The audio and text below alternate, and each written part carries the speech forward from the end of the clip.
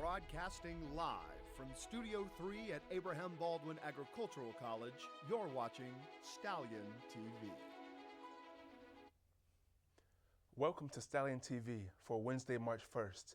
I am Anthony Lamar. And I'm Abisai Vasquez. Thanks for joining us here at Abraham Baldwin Agricultural College. Were you without cell phone signal this past week and unsure why? Stallion TV's Hunter Holton is here with more information.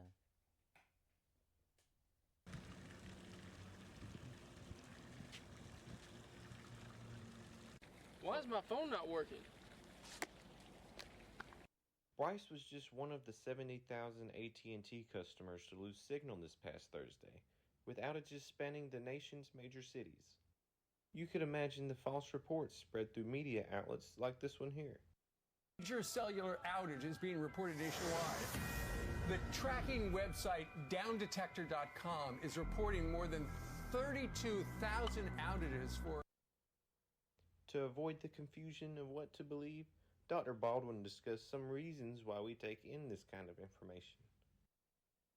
What factors contribute to these spreads of misinformation during outages like we had this past week? I think that the number one factor is uncertainty. People don't know why something's happened, and in the absence of actual information, we make stuff up.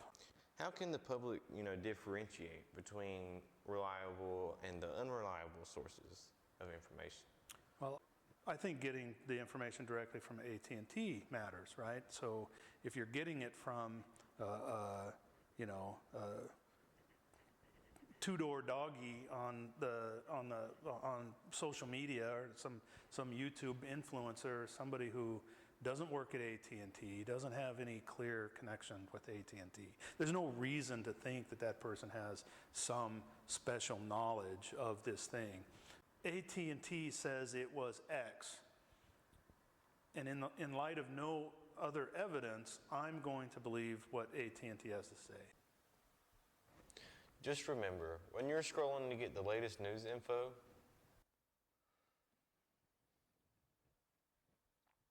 sometimes it's good for us to be our own fact checkers, to distinguish the good news from the bad news. For Stallion TV, I'm Hunter Holton. If you are an affected AT&T customer, they will be reimbursing all that were affected. We experienced really good weather this week. I am hoping that those will continue into the next week. Here is the weather forecast. Stallion TV's McKinley Clark. Thank you, Anthony. We sure did love the warm weather we got this week. The upper 70-degree days got all of us super excited. Unfortunately, the temps seem to be dropping back down in these upcoming days. They will pick back up though heading into next week. Starting with today, we are seeing the temperature only reach the low 60s and an 80% chance of rain coming later this afternoon. The rain showers will carry on throughout the night with scattered thunderstorms possible. We will go into Saturday with some early morning rain showers. It is supposed to warm back up though with a high of 70 degrees. Sunday and Monday we are seeing some cloudy skies with high temperatures reaching around 77 and slight chances of rain. Tuesday, with a 60% chance, the rain will continue and it is expected to become more steady into the afternoon. Nevertheless, the temperature will still be around the 75-degree mark. The lows throughout these days will stay between 50 and 60 degrees, mainly at nighttime. Knowing this, you should head into the weekend with a raincoat in hand. For the weather, I'm McKinley Clark. Back to you, Anthony. Thank you, McKinley. I am sure glad to see those warm temperatures, but it's too bad that it'll be raining these next couple of weeks. I hope to see me wearing a raincoat.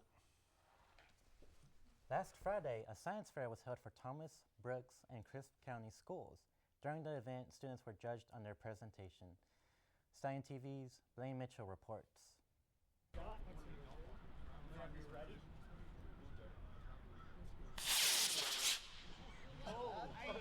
Last Friday, a science fair was held here at ABAC for multiple upper-level schools throughout Georgia.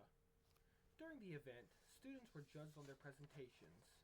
After these presentations, the students went through different teacher demonstrations, including a rocket one. One of the visiting students, Andrew Robertson, decided that he would be the first one to launch the group's rocket. Well, I wanted to be involved with the experiment, and it would be interesting. understand. More so the human, mental sciences. A snake presentation followed, where other students got the chance to learn from one of our very own professors about snakes. This experience hopefully was a positive one for our visitors, and ABAC welcomed them all with open arms. For Stallion TV, I'm Blaine Mitchell. The science fair exposes students to new experiences and a chance to explore different fields of science. An event was held in the library to help recognize Black history. There were a variety of networks and pieces and items that were invented by African Americans. Also on display were horrific reminders of the past.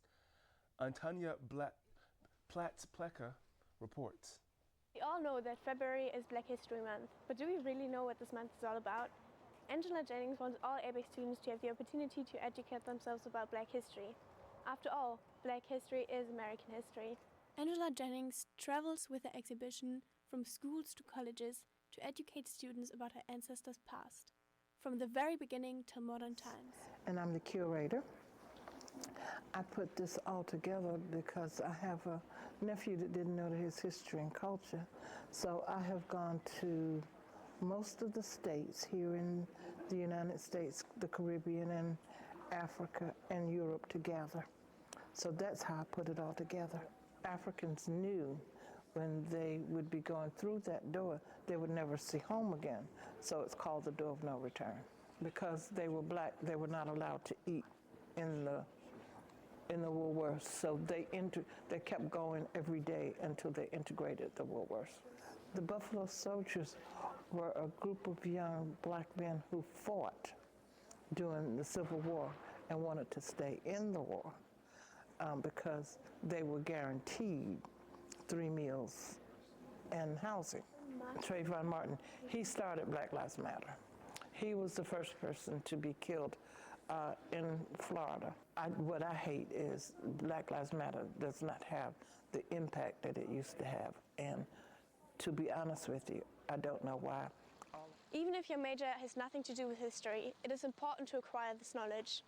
Only by informing ourselves about the past can we ensure that it will not be repeated. For the Stallion TV, I'm Antonia Platzbecker. Black history should be an honorable thing to remember, but also a somber lesson to be learned. I've been to many science fairs in my past.